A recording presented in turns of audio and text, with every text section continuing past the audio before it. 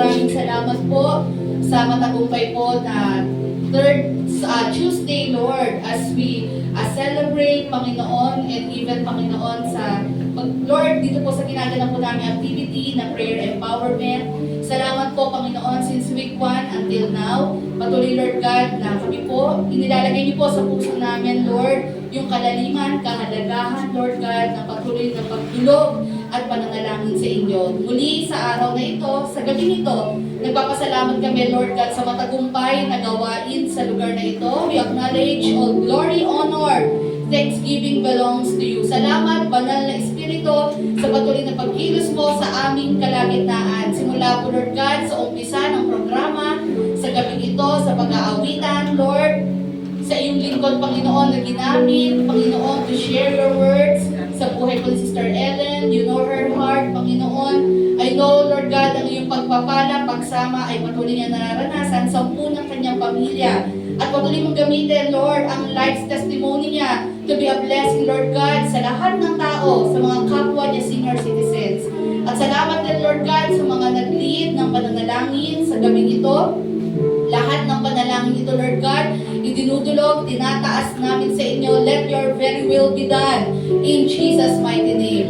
And Lord God, maraming salamat din sa buhay po ng bawat manggagawa, Lord God, na narito sa lahat dumalo sa gabi nito. I know may kanya-kanya pong ginawa, pinanggalingan, Lord God, ang bawat isa, maaring physically, ang doon yung kapaguran, Lord God, but I know, Lord, na as we attend sa gawain ito, patuloy mong na-restore at na-refresh, Lord, ang kalakasan po ng bawat isa.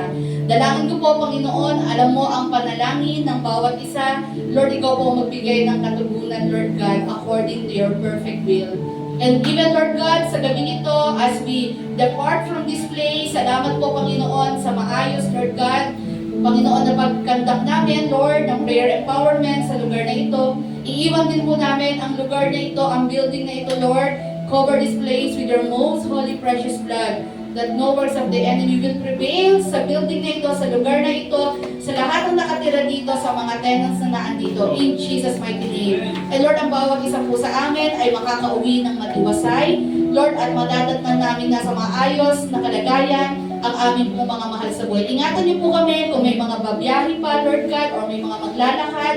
Lord, samahan niyo po ang bawat isa. Maraming salamat po, Panginoon, at nawa kung ano man yung pagpapalang natanggap namin sa gabi ito'y dumaloy sa aming po mga mahal sa buhay. In Jesus' mighty name. Maraming salamat po sa iyo ang pinakamataas na pagpuri, pagsamba at pagluwalhati sa walang hanggang pag-ibig, kadakilaan mo, Diyos Ama, sa patuloy na pagsama, sa patuloy na paggabay ng Santong Espiritu sa aming kalagitnaan at sa pangalan ng aming Panginoong Hesus, ang aming Panginoon na tagapagligtas. Ito po aming panalangin